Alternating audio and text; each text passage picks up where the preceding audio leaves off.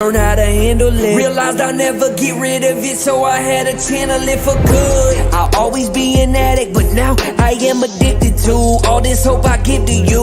Yo, I'm living proof that if you change your mind, you can change your life. Rest in peace to the old me, cause he had to die. I am redeemed, sober, recovered, clean. I ain't give it up, just had to switch it up the way I fiend. Now I fiend for the opposite on a positive level. Two middle fingers up, looking at the devil. What's up? Against the odds, more than ever in my life I am focused, serving hope to the hopeless, who are living against the odds. I'm from the mud, the dirt of society, and that created this driving me to help the whole world that's living against the odds. I know some of you are struggling and probably pissed at God. I was too, but I realized nothing happened to me, it happened for me. Here to tell the story of everyone that's living against the odds.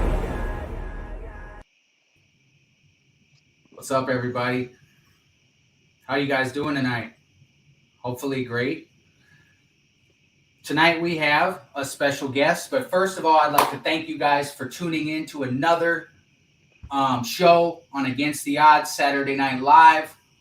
Tonight, I ask that you please share this video because we're going to have some hope, some inspiration, some recovery, some motivation. Hopefully we're going to get you guys pumped up, and hopefully we're going to help someone else change their life and give them that spark or that courage to change. So tonight we have Ray Hansen, who is a personal friend of mine, is also a mentor of mine. I work with Ray, and Ray has over 27 years of sobriety, and Ray is here tonight to tell his story of what happened and what it's like today. Without further ado, I would like Ray to introduce himself now. What's going on, everybody? Thanks for taking the time. Yeah, I mean, basically I found myself taking a second before this and praying with my wife. You know, I like to try and do that to make sure I'm trying to keep people safe from my own best thinking. Amen. But really, I mean, whenever I get to talk about my story, right, the biggest goal for me is that I just want to do God some honor. Like, he's given me so many things that really I don't feel I deserve, right? Like mercy and grace. Like that's my life can be summed up by that. So if nothing else, hopefully everybody can feel how much gratitude and how much love I have for our Father, the Father, God. I mean, Amen. you know, I mean, if you want to keep it easy, I mean, I don't want to spend too much time in the problem because it's easy, right? I want to glorify it. I mean, I grew up in a home that had financially everything you could ever ask,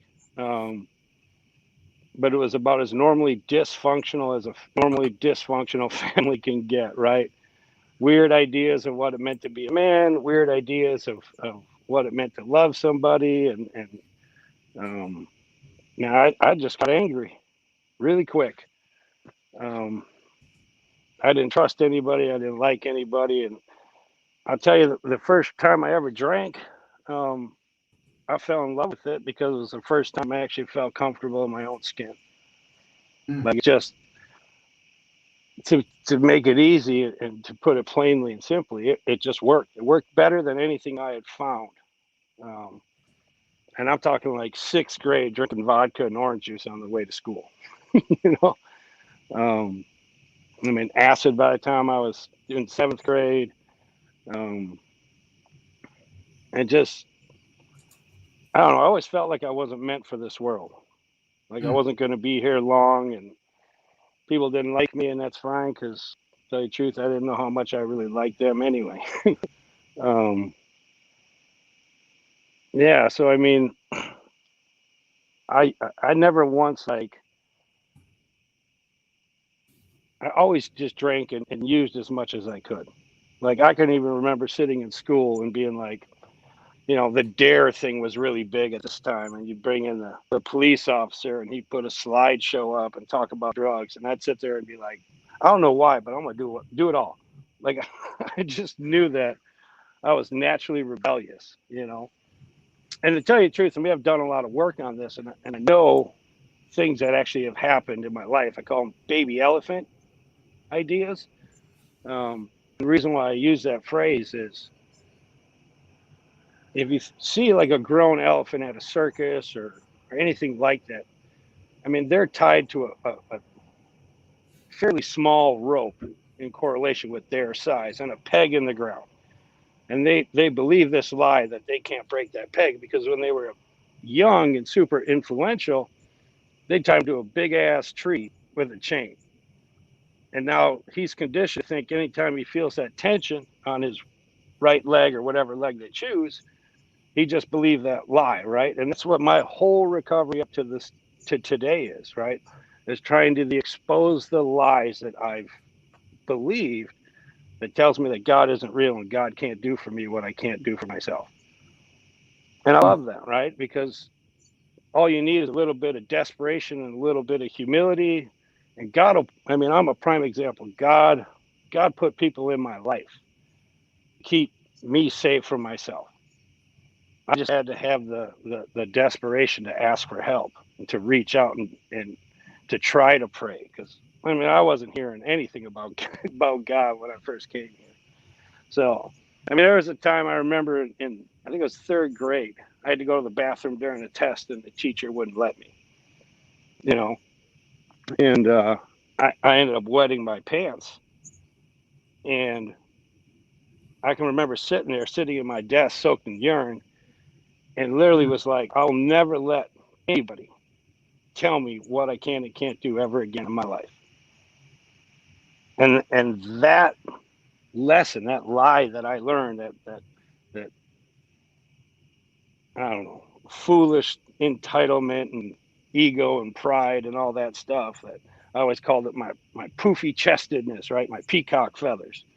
You know, you think you can punk me, bring, you know, that kind of stuff. Yeah. And I mean, and that stuff almost cost me my life several times. You know, and it was pretty sad if you think about it, because the teacher, I think, was so scared to lose her job, she never brought me to the nurse's station. I never changed into a different pair of pants. They never sent me home. So it was the whole thing. Like the rest of the day, everybody's like huddled in a corner and talking and laughing and pointing and staying away from Captain Peabody. um, It's funny and I now, ended but up, yeah. I know Oh, that definitely hurts. oh, yeah. I got in 3 fights in 3 days over that. You know what I mean? And then you just get addicted to that adrenaline and all that stuff, right? Like, Mm-hmm. so the thing is because alcohol and drugs were the only thing that made me comfortable in my own skin, I was willing to fight and die for them. You know, the hard part for me was realizing over time that what used to work for me is now killing me. And not only is it killing me, but in the process, it's robbing me of everything that I even started in life. You know, I'm killing every relationship I have with my parents, any kind of person in my life that might actually be able to bring something of value. I mean, I still have a lot of gratitude to the guys that I hung out with back then, because you could count on them. You know, I mean, if stuff got crazy, they would be there, but they wouldn't be the person to tell you like, you gotta forgive. You know, they'd be like, no, let's go handle this. You know, it wasn't wise counsel. So, but it was kind of neat to realize like I really have been living by faith my whole life. It was just misdirected faith. It was faith in a bunch of these lies of what it meant to be a man and what it meant to be loved, right? Like, I'd tell a girl I love her, but if I was going to be honest with myself, which was I wasn't capable at the time, I was just in lust. Mm. You know, it was just a tool for me to feel better. And the minute I felt good enough and didn't need you, I was out. And that's pretty crazy, because now I have a daughter. You know, and I think about, man, if a guy like me came and saw my daughter, you know, I would tell her to run. You know, the great thing is I think my daughter would. I don't think I'd have to tell her. So, That's um, good. yeah. But I mean, you know, it was just that. It was just the drugs were always around. Um, and I was willing to fight for it, man, because like I said, it was the only solution I had found. And you know, and I've been, you know, running in with the law, assault, battery charges, and at 17 did the whole armed robbery gig, and I was lucky that I was 17. They wanted to try me as adults, but luckily coming from a family with a little bit of scratch and a lot of people in the know. Like my attorney actually started the public defender's office down in Milwaukee. So, and then my parents were willing to throw some money. So, I mean, I had to do some time in detention and stuff like that while I was going to court. But I mean, I don't know. The thing is we're adaptive creatures, which is good, but it's also kind of scary, right? Like, I can get comfortable anywhere I go if I'm there long enough. You learn the rules, you learn the players, you figure out your spot. And it's just bizarre to think, man, for so long, I was still comfortable in hell. I mean, it's really sad to think that. And that's the thing, right? That's the thing that just drives me nuts. It's why I'm here. It's why I don't use hate very often, but I hate alcoholism and drug addiction. Because I do believe it's an illness. I believe it is a disease that we are bodily and mentally different from our fellows. But it's the only disease that I know that if you're in it long enough, you die alone. Mm. You can have leukemia, you can have cancer, you can have whatever it is, right? And when you're dying on your deathbed, you're surrounded by a ton of people. But if you drank and you lived the way I lived, you're dying alone. Because in order for anybody else to have any kind of sanity and peace, they had to cut ties with me. I can't imagine what that was like for my parents or my sister, and I didn't really have too many other people at that time.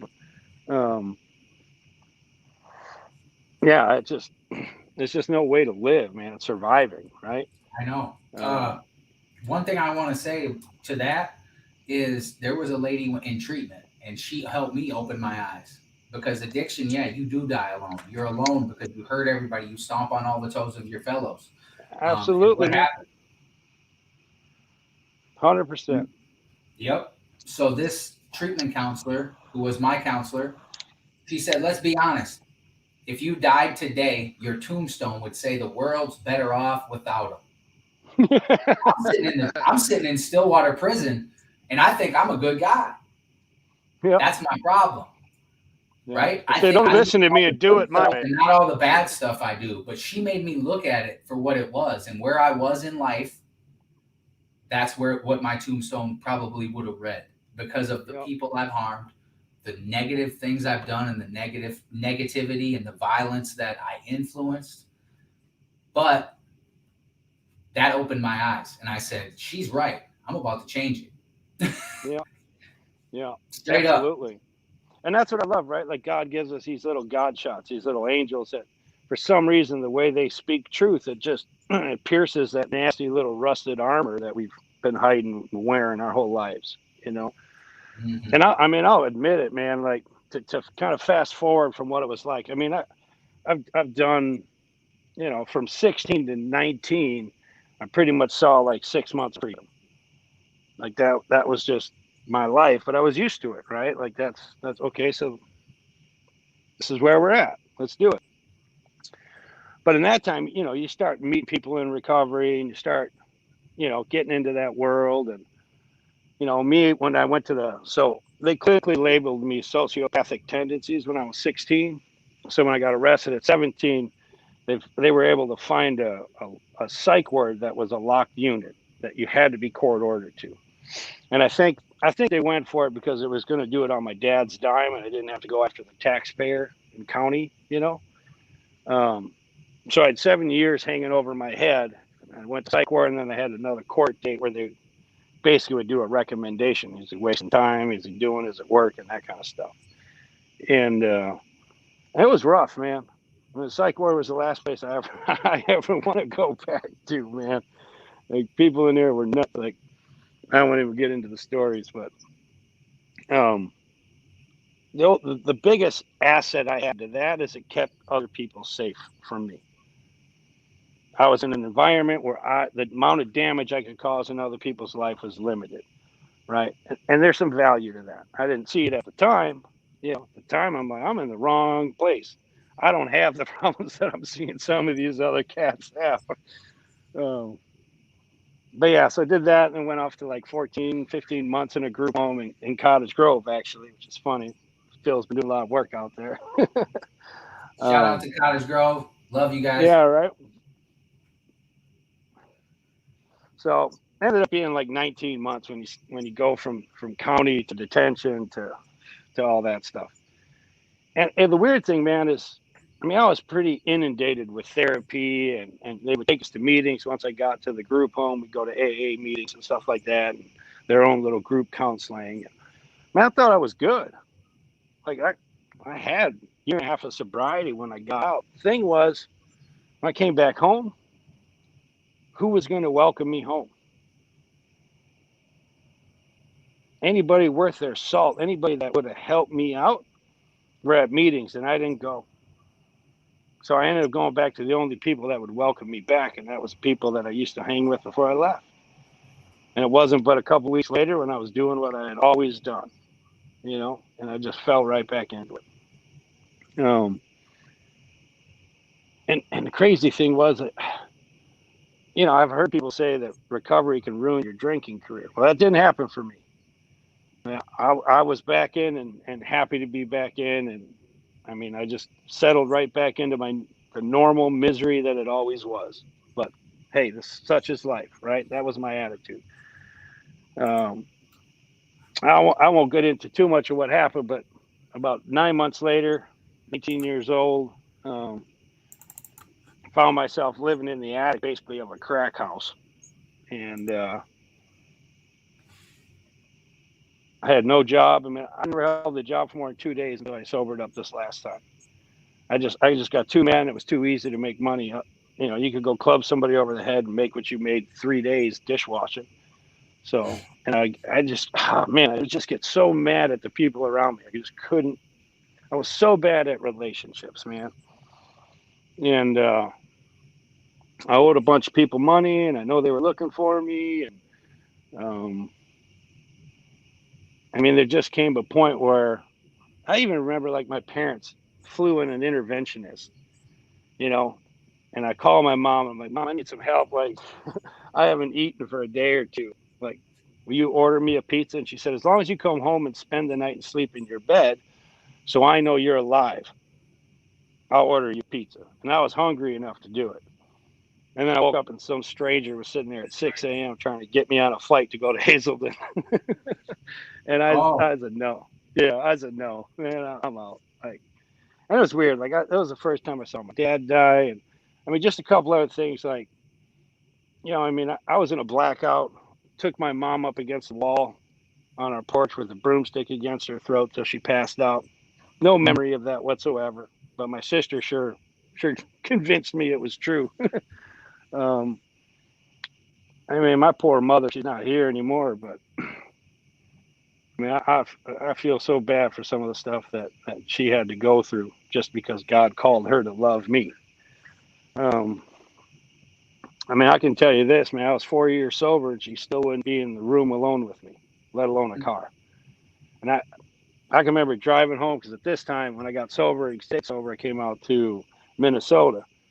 Um, and I would drive that 5-hour drive home from Milwaukee to Minnesota.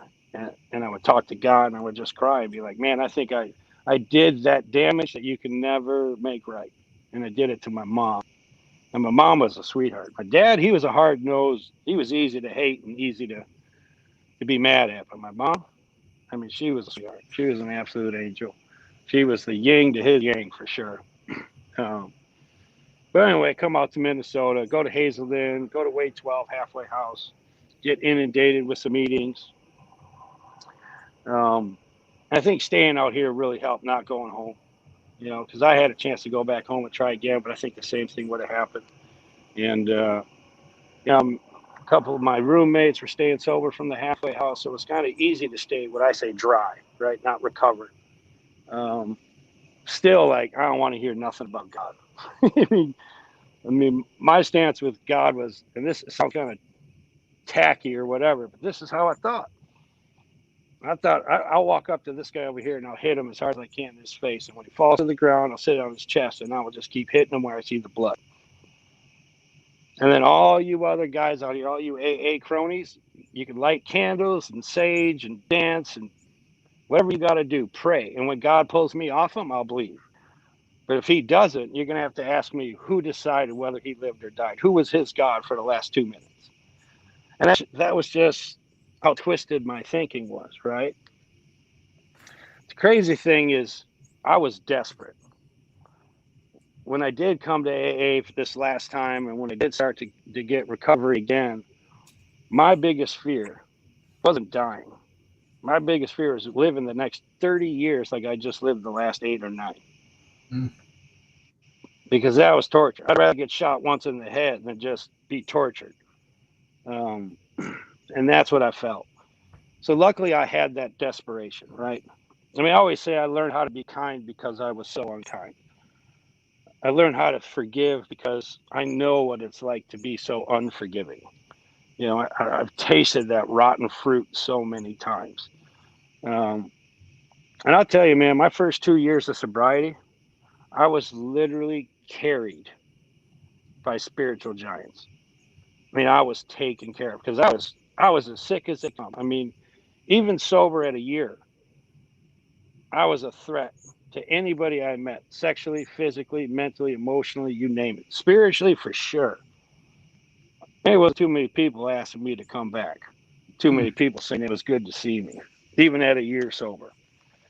But the great thing is I had a sponsor, man, and he didn't sugarcoat anything, right? His favorite line was, "I don't care what you think. I damn sure don't care how you feel. And the last thing I want to hear is what you believe. Because if any of that meant anything, you wouldn't be sitting across the table from me. It ain't working." And I love that, right? Because he wasn't trying to sell me anything. He was kind of like, you can take what I have or you can just go your own way and quit wasting my time. And I respected that and I trusted that. And, you know, he was also, he lived a hard life. He didn't have a lot. And a lot of people, even in the meetings, he rubbed the wrong way. And, but if he could be sober and he could talk about a loving and caring God personal to him, it seemed like maybe I had half a chance at that myself. So, I mean, the biggest thing for me, right? Like when I tell people, when I'm working with my guys, I say the only secret to staying sober and having a relationship with God is knowing who you are and following direction, finding somebody that can give you solid counsel and just talk to him about everything and quit trying to fix me. You know what I mean? Like I'm too close to the fire. I've got too many lies that I believe. I can't do it. So here's the thing, right?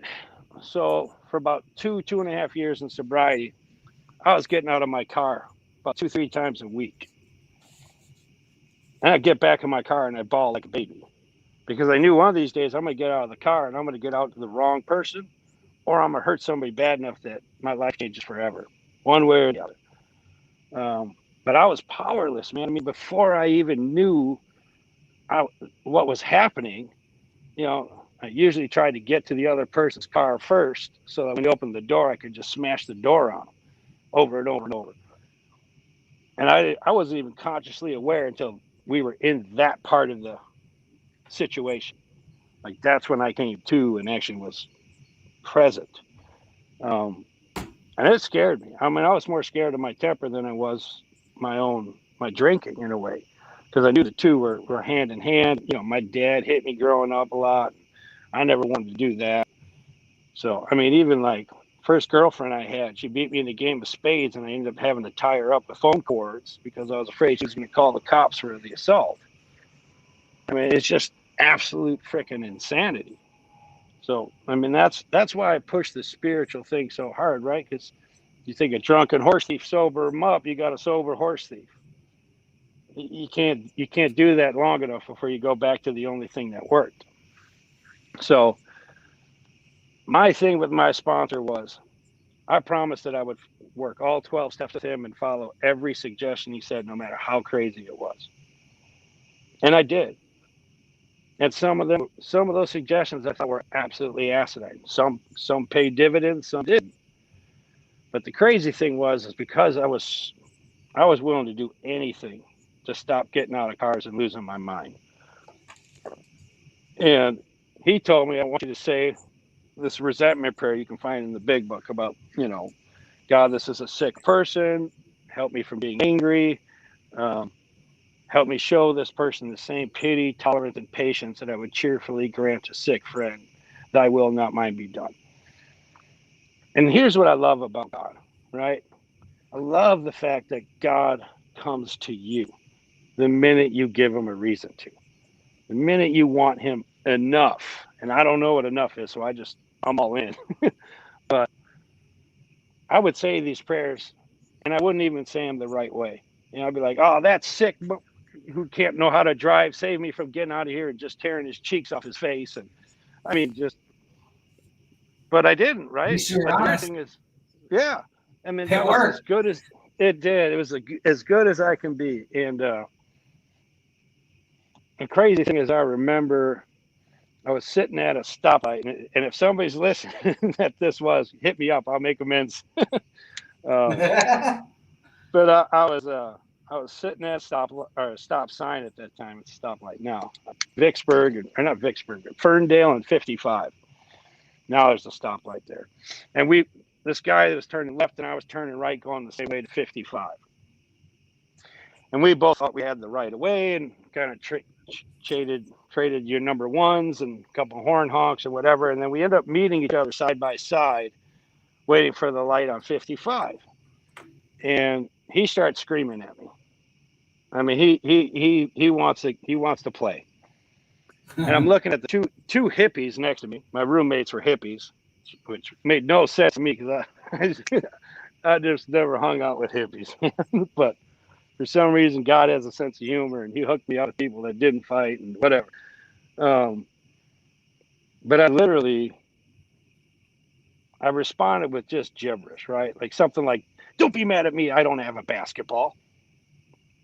And then he kept going on, but hey, it's not my fault. Excuse my language. It's not my fault, but I don't have a penis on my forehead. Just absolute off the wall nonsense. And he drove off laughing, or he drove off super mad. We actually drove off laughing. But the crazy thing for me was, this was my spiritual awakening. This is where God pierced my heart. For some reason, there was about 4 minutes, 3 minutes, whatever it was, but it's the most powerful 3 minutes of my life. I knew I handled that situation differently than I had ever handled it in my life because of these bullshit prayers I was saying. And that was the moment I went from needing God to wanting God. From that moment on, every suggestion I did, every prayer I said, whatever it was, I was all in. Because for the first time in my life, I really tasted hope. I really tasted like, man, maybe I can do this. Maybe my life can actually be better. Maybe I actually can make it in society. I mean, when I left the halfway house, I was 2 blocks from my apartment, and I'm punching some guy through the window of his car. I get back in my car. I don't even go to the apartment. I come back to Wake 12, and I start crying. I'm like, you got to let me back in. I can't make it on my own. And the funny thing is, all the counselors didn't think I'd make it either. But I did. But so that was the start of it, right? And then that was just God really took care of me. Like one of the things that I love, and I don't know if people in here are into the gospel and stuff like that, but one of the things that I love about the gospel is you can research a lot of different religions, right? Buddhism and all this stuff, right? And they always talk about what you could do to meet God. But what I love about our Christian faith is it's all about what God did to meet you, right? He sent his son down here to show you how to follow his commandments and how to follow his instruction, bearing the same burdens we do on this earth as a human being. I mean, he loved, and then he let his son give his life so that we have a chance to continually try and be better. Because I don't care. I can be sober 50 years. I'm not getting it right every time. Just ask my wife. You know, she gets more amends than anybody in my life because I'm around her the most. But I mean, that's what I just love about this faith thing and God, right? Is if I can just learn how to stay out of His way, if I can just stay teachable, I'll find the teachers. They appear. Like inspiration can come from anywhere. You know, Right. it's like I had a friend of mine. He was talking about being so mad with his son that he just all day long he just kept thinking about, man, I'm gonna come to get down there. And I can't believe he did this. And as soon as I come home, it's on. Like just angry and angry out of love because he cares so deeply for his son, right? And he's telling the story, and he's like, so I get home and I am just, he's probably sweating. And as soon as the door opens, his son comes up from the stairs and is crying and just Mm. runs into his dad's chest in tears because he felt so bad with the decision he made. And then my friend, as the father, talks about how everything just changed, right? And the thing is, when I hear that story, my brain right away goes to trying to relate to the father. And what I know in my heart is, I need to try and figure out a way to live my life where I can always be that son. I don't want to have somebody prove to me and convince me what I did was wrong. I want to have that honest repentance and that honest broken heart. Like if I can have that humility with my own faults, I get to bring that to the people in my life. I get to make them feel that, oh, I'm just going to hold them. You know, I'm just going to love them. And that's what I love about this recovery walk, right? Nobody's nobody's leading it, and nobody's following, nobody's pushing and pulling, right? I don't care. 27 years sober, 47 years sober, 4 days sober. I mean, we walk shoulder and shoulder in this life. I'm one drink away. I mean, I can blow up my whole world right now, you know, and I don't even have to drink to do it. I just get fearful, prideful, vindictive, selfish, you know, seven deadly sins if you want to go that route. And Mm-hmm. it's easy to do. You know, I mean, that's human nature, right? The best I'm ever going to get is flawed. Or what I like to say now is the highest pay grade I ever get. And Phil, you know this because you work with me, right? Like, I don't care how high you're up in the food chain, you're nothing more than a servant. Like, that's my Right. job as an owner of this company is to make sure I serve you. My job as a husband is to serve my wife. It isn't to fix her. It isn't to train her. It isn't anything like that. My job is to serve her. If I can if I can do that, man, I know how much more of those people in my life feel loved and feel powerful, right? And that's what I want to do. I want people to be able to feel the love of Christ or the love of God because I'm in their life and I'm doing everything I can to stay close to God. Because the close, you know, it's like if God is considered the ultimate physician, I need to recognize I'm sick. Otherwise, I don't need a doctor. So even at 27 years of sobriety, I'm sick. I need that physician, right? And I can't ever allow myself. And that's why I still, you know, very frequently will sit down and be like, how was my day? You know, what did I do good? What did I do bad? And then the ultimate question is, what could I do better? Because I don't want to be a good husband. I want to be the best husband. I don't want to be a good father. I want to be the best father, right? And the only way now how I know how to do that is to ask those hard questions and be willing to seek correction when somebody comes to me and is like, man, you hurt me, you know, or what you did or what you said, it rubbed me the wrong way. Like my first thing has to be, well, you have to understand. No, right? The place that I got. And so there's sometimes, you know, where that's what I do, right? Because it's my first thought. My first thought's usually wrong, you know, but I try and clean it up as quick as I can. So, I mean, I think about it now and it's like, I mean, God's been so good to me. I mean, I don't know what more I could ask for in life. And I truly, truly, you know, enjoy living it. But the crazy thing is, the same thing I did at 2 years of sobriety or 1 year of sobriety, essentially, it's the same thing I do today. I get up, I put on my God armor by talking to Him, spending some time with God. I try to do my best to stay humble. I try to do my best for everybody else around me, put myself last. And then I try and finish my night asking how well I did and asking for forgiveness. More times than not, there's something I could have done a little better. But yeah, man, it's crazy to think a guy like me gets the wife that he gets and has the amazing children that he has, and just the people in my life, and obviously the company that we built. Um, it's just different, man. There's that camaraderie, that unity, that fellowship, that brotherhood. Um,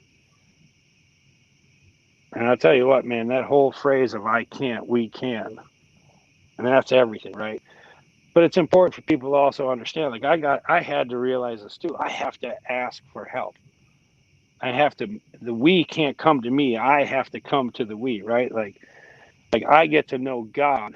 Like God will disclose Himself to me, but I have to draw near to Him for that to happen. So Absolutely. a lot of it is just, what am I doing? What am I doing? My mantra for the first 2 years of my sobriety was do what sucks.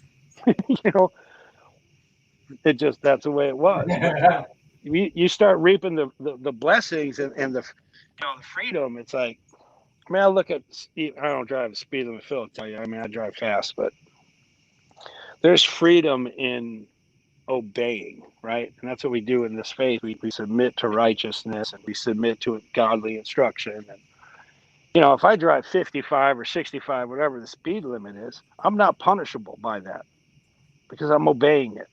I'm totally free. I can go wherever I want. If I got my license and insurance and all that stuff, I'm following the rules. I'm free.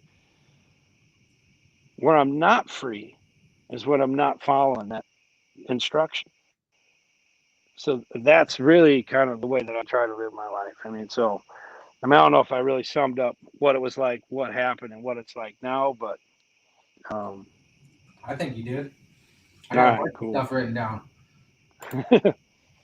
Yeah, well, I won't keep people too long. I mean, I could go on for days just because I love it, right? And I have so many stories because it's been 27 years. Um, but the best thing I can do, man, is just try to stay humble, try to stay teachable, try to seek correction, and then just try and stay out of God's way. I mean, there's something about, if I feel that God doesn't love me or God isn't doing something for me, I believed a lie. And that's something I've done for a long time now, and it's always worked. Anything takes me apart from God or my family or the people that God has put into my life, there's a lie somewhere. And I just got to talk with enough people that have the wisdom to receive it and to identify what that lie is, and then come back with a broken heart and ask for forgiveness. You know, so Definitely. Man, I can relate with tons of your story, especially so when you talked about your first sponsor, man. My first sponsor was, so I just got out of the joint, and I was in a halfway house in South Minneapolis, and I chose to go there because I was scared, because I was fearful, because honestly, that same counselor that told me about the tombstone, she also she spoke a lot of life into me. God brought her. You talked about staying teachable, and God brings these teachers in front of our lives, but we have to be open. amen. We have to be open to that, or we won't see it. And if we're in the Yep. wrong spot, meaning our head and our heart aren't connected, we don't understand. We don't, because when we're in our head, we know that's not a good spot to be. But Yeah. once my head and my heart synced, like I understood. It was like, oh my goodness, I gotta do Yeah. this. Like Yep. I gotta do this. She said, hey, she was an old Minneapolis, drug addict on Lake Street, and she's run many treatments in the Minnesota Department of Corrections, and she was my counselor, and a lot of people didn't like her because she spoke the truth. She was a straight shooter, Yeah. and she said back in my day when when it was time for me to stay sober, I didn't care. If they had told me to swim butt naked down the Mississippi River, I'd have did it to stay out of that crap. And that's what I hear from your story. And that's what I hear from a lot of people's story in recovery. I still try and have we say the desperation of a drowning man, right? Because I don't care how long I stay sober, I still carry this disease with me. And yeah, the disease wants me dead, but it'll settle for divorced, kids not loving me, broke, homeless. It'll settle for that, but it won't stop till I'm dead. Right? Like, I love what you said about the distance from our head to our heart. Like, when I'm working with my guys, one of the things we say all the time is the only way to get from your head to your heart is through your feet. Right? And that's why I fell in love with a program of action, right? Because it's like, you can think as crazy as you want to think, just do the right thing. Just worry about what you do. If you move your feet and you bring your body, your mind's going to follow. It's going to catch up, right? And God needs a sliver, man, because he wants relationships with his children. We just have to let him know we want it too, and show him, right? Show him with what you do. I mean, how do you know? Like, if we have a sales meeting, how do I know you guys listen? I know by what you do. By your fruit. Absolutely. By your fruit, whatever you're producing, right? It's like if I say, it's like if I say with my wife, like, hey man, I'm sorry for, getting crazy with one of my stories where I'm trying to be funny and I knew it was going to bother you. And then I do that 4 more times. Am I really sorry? Right? Someone's hurt by what they do. Like, one of my sponsors was actually a woman who sponsored me for a couple of years. Taught me more about being a man than anyone I've ever met. But I used to love what she'd say, because there's a lot of people, like when it came to making amends, that fell underneath that category of not saving your skin at somebody else's expense. They didn't need to see me. They didn't need to relive it and hear how I'm sorry. The most loving thing I could do is just leave them alone. And she would always say, it's not what you do that defines you. It's what you have. It's what you do with what you have done. Because there is no sin that can't be forgiven, right? Amen. But we have to, it's given, but I have to keep it. And that comes to what I do, like learning from it, evolving as a person, seeking, again, that correction. So I love it, man. It's a totally show me, don't tell me kind of thing, but that's just the way it is, man. And it works every time. It's tough love. Because people get tired of hearing the lip service. So we got to show them. We got to, and that's one of my things is that's why I do this. That's why I go live, because I've polluted so many people's lives over the years with bull crap that I used to do, the negativity, just the horrible influence I had on lots of people's lives who still struggle. So there is a living amends that I want to make, and being in recovery has shown me a purpose in life, and that purpose in life is to be a servant. It is to help people. It is for me to be of service to someone else. It don't matter. I'm here to love people unconditionally. We talked about that on our last live with Gina Evans. She had a quote from Billy Graham where he talked about, it's God's the judge, or God is the ultimate judge. The Holy Spirit is the convictor. And I'm just here to love people unconditionally instead of judging people, right? Yeah, and I'll tell you what, man, it's so true, right? Like, and we have such a twisted conception of what love is. Like, we think love should be, let me tell you what you want to hear. Let me be your friend. Let me coddle you. Let me give you your favorite hot chocolate with the best marshmallows, and here's a nice fire. Issues and tissue. There's hope. Yeah, right. And that ain't it, right? Like, the difference between a friend and a parent is a parent's going to say, I'm going to take this away from you because I love you. I bought the damn thing for you. I want you to enjoy it. But I'm going to take the heartache and watch you struggle for your own benefit. Right? Yep. That's love. Like, the first guy I ever sponsored, he died drunk. Rocked my world. I mean, even to the point where, like, the next 2 years, his mom was asking me to come over for a birthday party of his. I was like, he's gone. Like, it was rough. But there was things that were happening that I didn't say. Right? I didn't say the hard thing like, bro, let me shoot you straight, man. You're not doing enough. all the stuff you're doing, running around, playing these games with these girls and all this stuff, treating girls like they aren't worth anything, whatever it was, like that can cost you your life. That cost you your sobriety. And Yeah. I didn't say it. Because I didn't realize that that's what a real friend would do, right? A real friend has to sit down and be like, you're better than this. And not only that, the people in your life deserve better than this. Now, what can I do to help you become better? Right? That's love. Yep. So That is. They taught me that in a treatment center in the wall, inside the wall. They taught me that to be a straight shooter with people, and that's how you care yeah, about people. If you don't sit yeah, there and you don't bullshit people, you tell them how it is. And I actually had a good friend of mine who followed me out of that treatment. Came to the same halfway house as me. We actually went to we both worked at the Salvation Army together. He got a condo. I moved in with him. He was one of my good friends, and he was one of these guys that you wouldn't see me with on the yard, but I hung out with him in there. We were in treatment yeah, together. He was a good dude. And what happened was he relapsed, and he couldn't stay sober. And I told him a million times that he was going to die if he didn't stay sober. And he ended up dying and overdosing because what happened was he was in the joint for a vehicular homicide. And yeah, he man. got That's out of tough. prison. Yeah, and it is. And even when he was in there, he was a real, bright, uh, shiny, giddy guy. And he actually, what happened was he covered it up too much and he never got a sponsor.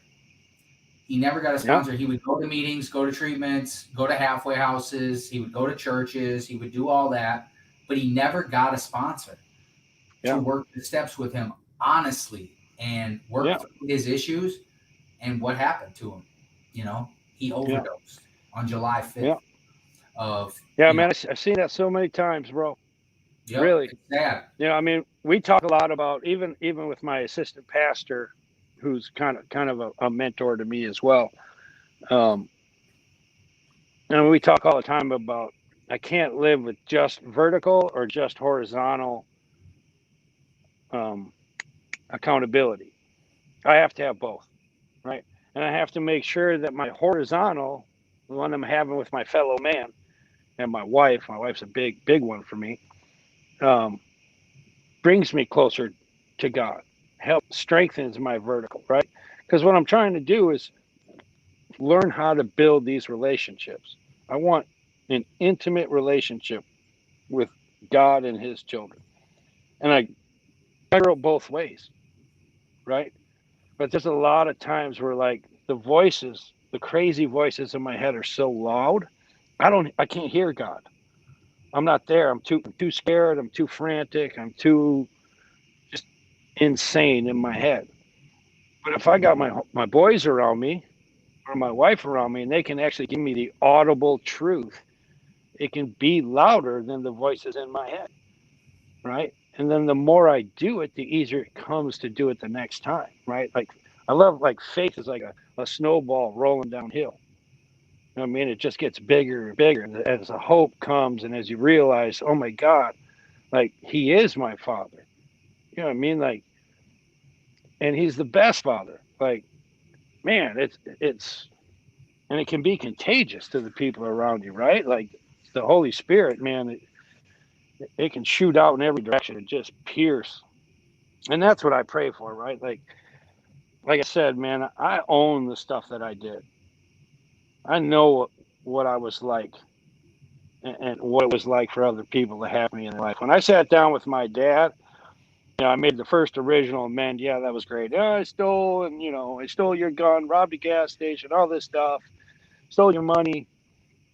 But the real amend that I made to him, and I was probably like 4 or 5, maybe 6 years sober. I was hunting up in Alaska with him, and he just had a moment where he wanted to have a real conversation. It hasn't happened very often with him.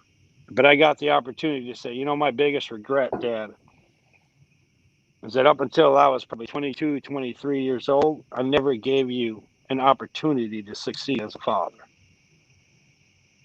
I never put you in a position to feel like a good dad. That's deep. Yeah, and he didn't say much because he's not a talker, but you could see that it resonated with him. But it resonated with me. Like I knew my job from then out was I don't care how good of a dad you're going to be, and I don't care how good of a mother my mom's going to be. God has called me to play son, and I can do that regardless of how well they do their job. And the crazy thing is, me and my dad, I mean, we were like oil and water. I hated that guy. And through sponsorship, they were the people that told me, I want you to argue with your dad, all the stuff, right? Just be a good son. Just be a good son. When I married my wife, I married her on Father's Day, and my father was my best man. And that's the restoration that can happen. That's the miracles that can be given to you when you just heed instruction and heed instruction from a horizontal and a vertical accountability, right? God and godly people. That's why AA, church, whatever, you got to find a group of like-minded people that, I mean, if I'm walking on a road and my job is to stay in the middle, it's easy to stay in the middle if I'm in the middle of 400 people rather than 4. You know, can't do this stuff alone. That's right. So, are you willing? How many? I know you got a lot of sponsees, but there might be somebody watching tonight that might want you or to connect with you Yeah, I mean, my because thing is this, right? you have a Yeah. lot of insight and a lot of wisdom, and you've walked the road. You've got a few 24 hours under your belt, and you have over time, like you said, the faith. It almost feels like the faith ball gets bigger and bigger, and the hope ball gets bigger and bigger, and then the purpose comes, and and then it's almost you feel good about life. you Oh, yeah. almost Yeah, you absolutely. almost feel I like mean, you almost feel like unstoppable with yeah, your purpose and the way yeah. you're going at it. But we always have to remain humble because, like you said, we're just one drink away from being right there back where I was before in the joint. Oh, yeah. Yeah. I mean, it just even just getting afraid of something, I mean, as I evolved, I learned how to care more, right? Well, that also meant I learned how to hurt more. I learned how to be Yep. more fearful on a deep level, right? So I don't handle fear very well on my own. So, I mean, it's not like life stops to happen, right? Like, I mean, you never know when the Super Bowl comes, right? I could get a call that my daughter died in a car crash. Hmm. Now tell me about how God loves you. And that's why I need to bust my ass today, right? Because I don't know when I'm going to be put into the real game and it's going to be win or go home.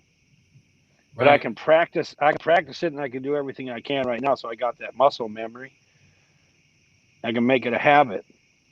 So, but for your question about sponsorship, I leave that up to God, man.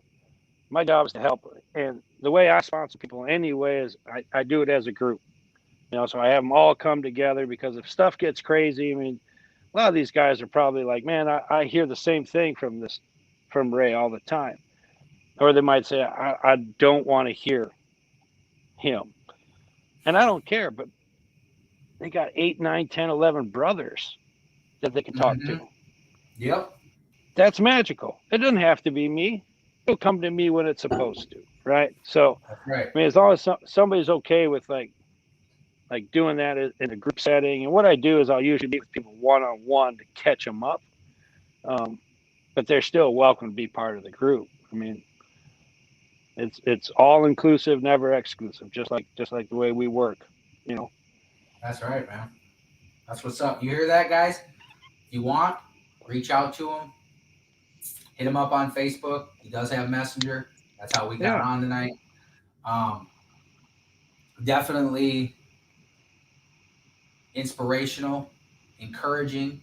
I could relate. I mean, I could sit here and go back and forth. I got notes all day.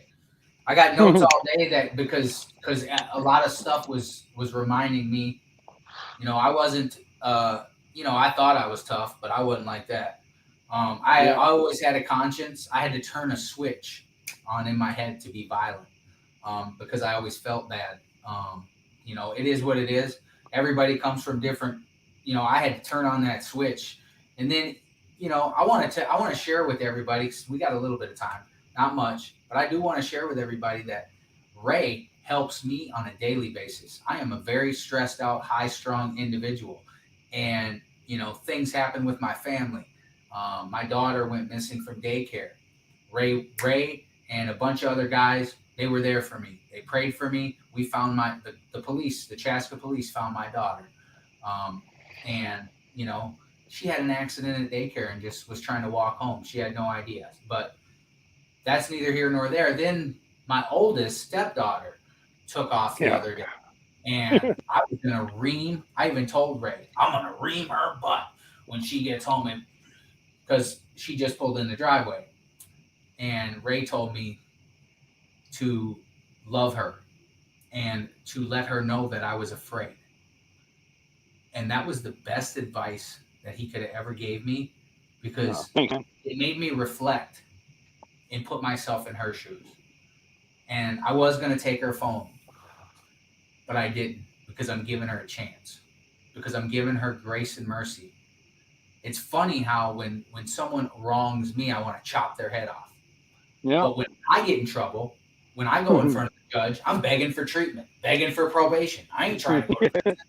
You know what I mean? Give me mercy. Yeah. Give me this. Give me that. Give me grace. Come on, God, get me out of jail. But as soon as someone wrongs me, and even my children, I can revert back to that old Phil and be not as nice or not as loving. And it's good to have people to bounce stuff off of all the time. It's good to have a network like Ray has, a bunch of guys that bounce things off each other, that work with each other, that hold each other accountable, because that's what we need. I need to be held accountable too. Yeah.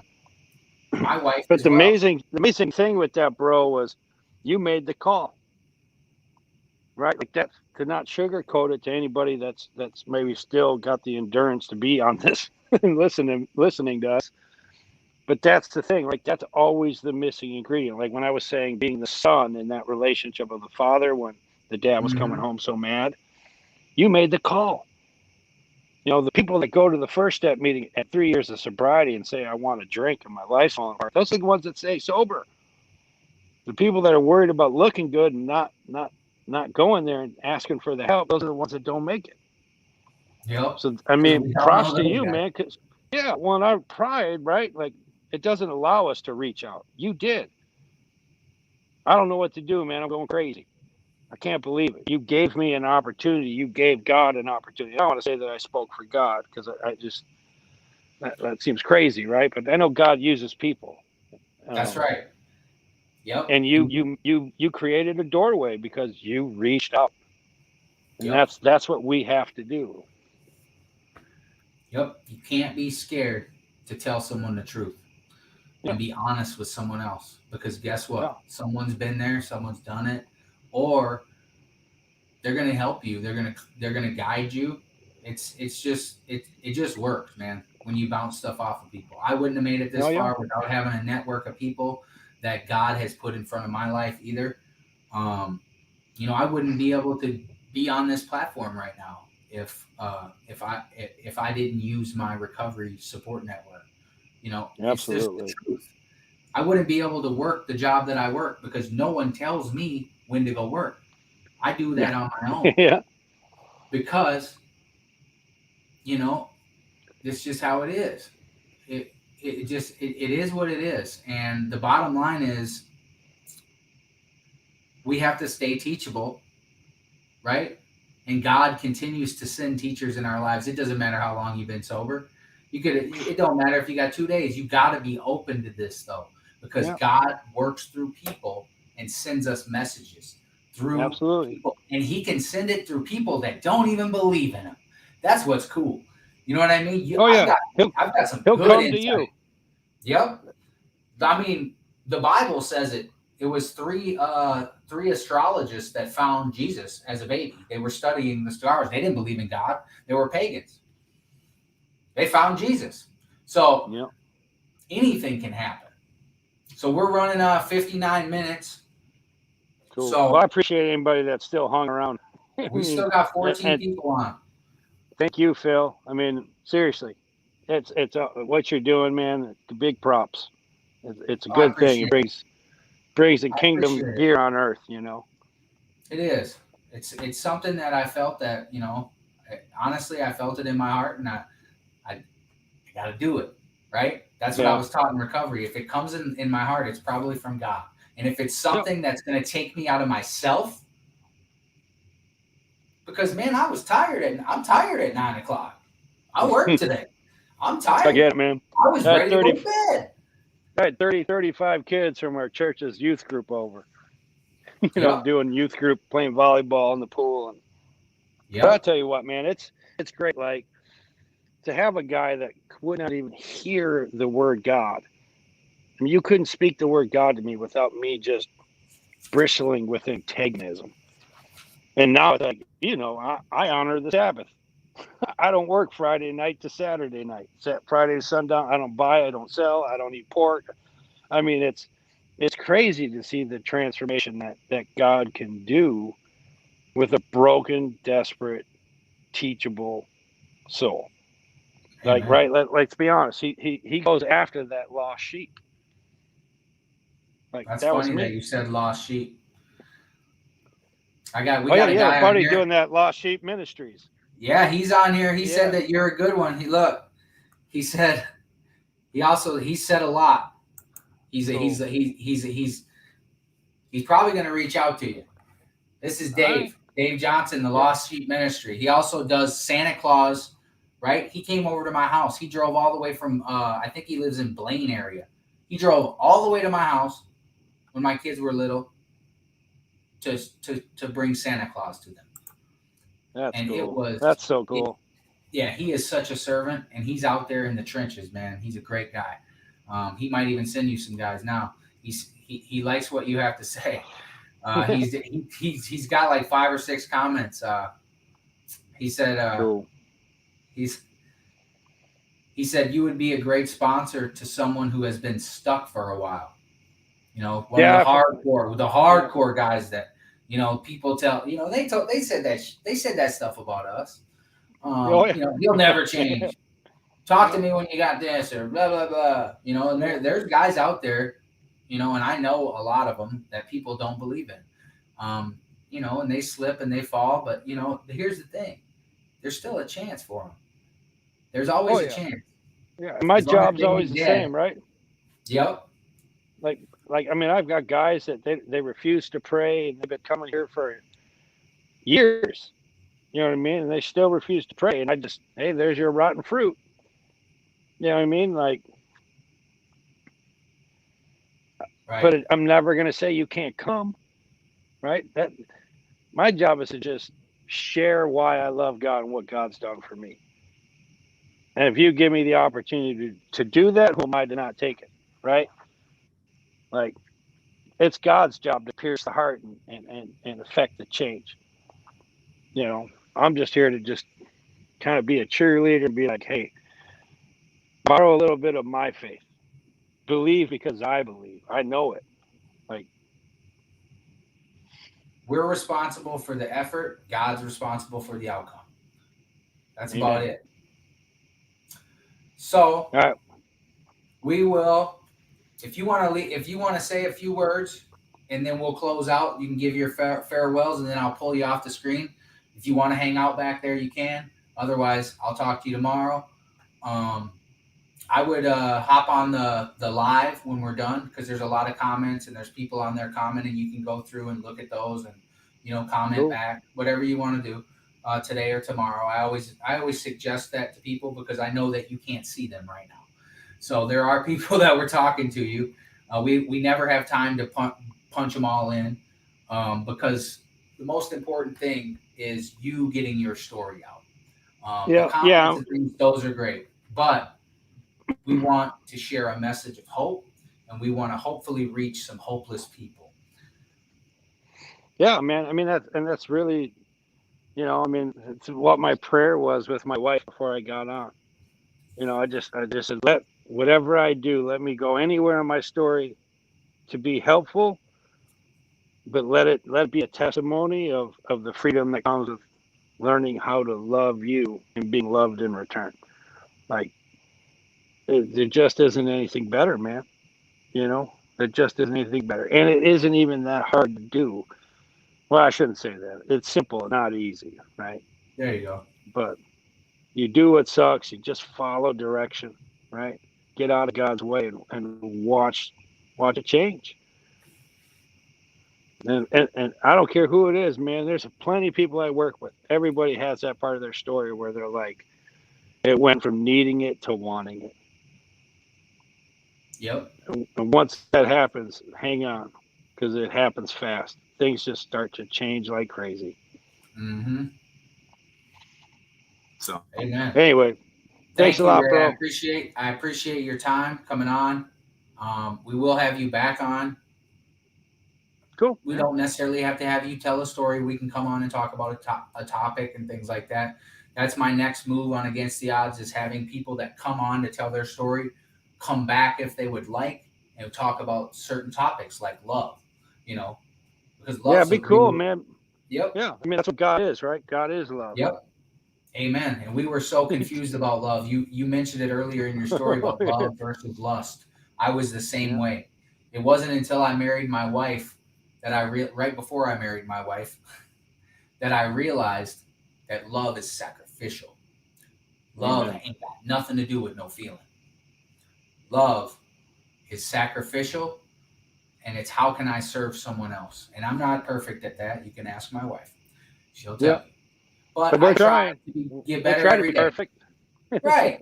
I try. Cool. It don't work. All All right, right. Ray. I'm I'm gonna pull you That's off. it. You have a good Yeah, night. We appreciate your story. God bless you, brother. God bless you all. Peace. Well, guys, that was an amazing testimony. I thank you guys for tuning in, for sharing. I noticed we had 40 something shares on this video. I appreciate the likes, the shares. If you have not liked this page, please do so. We are currently at 3,050 likes, and I definitely appreciate the likes, the comments, but it's always good to have more. I am trying to grow this page into a ministry where we help people with addiction problems, with life problems, where we just help people and we spread hope to the hopeless. I have big visions with this platform and Against the Odds Ministries. I would like to grow this page and continue to grow this page, as well as launch some sober living in the Twin Cities and start a ministry and start to be in the trenches more and start to help people on a larger scale, because I feel that God is calling me to do that. It is a beautiful day today. It was a beautiful day on Saturday. It was a beautiful live we had with Ray. I do want to thank you guys again for continuing to support this page, continuing to share, continuing to like, continuing to tune in on our live broadcast. Next week, we will be live with a female, Veronica Powell, and she will be telling her story of hope. And she also has a podcast and a platform. So, without further ado, I will close us out. And I want to thank you guys for always supporting Against the Odds and everything that I'm doing on this page. You guys are awesome. I appreciate it. So much gratitude, because honestly, I never dreamed in a million years that people would even listen to me on a platform like this, coming from where I came from. But that shows you that God does not call the qualified. He qualifies the called. And that's the truth. Just remember that. God doesn't call the qualified. He qualifies the called. So if you got a stirring in your heart, you got something in your gut telling you that you need to do something. Man, I hope that this live, I hope that this show has sparked some courage for you to change, because that is what's needed. When I was in prison, the thoughts were there, but it took courage for me to actually take the steps to do something different. And the same thing with Ray. For guys like us, it's harder to walk away from a fight than it is to engage in one. So it just, it shows a lot of courage when you change your life and you do something that's not ordinary or not part of your daily habit. It's not easy, but it is simple and it can be done. Ray showed us. Multiple people have showed us on this platform. I'm going to let you guys go because it is getting late. But Ray had me definitely pumped up. He was one of our best shows. We've had nothing but the best shows on Saturday night when people come and they share their heart and they share their heart for God. And that is the key here. So, you guys, thank you for tuning in. I appreciate all of your likes, comments, and shares. If you haven't liked this page or shared this live, please do so to help us spread hope to the hopeless. You guys have a great night. Peace.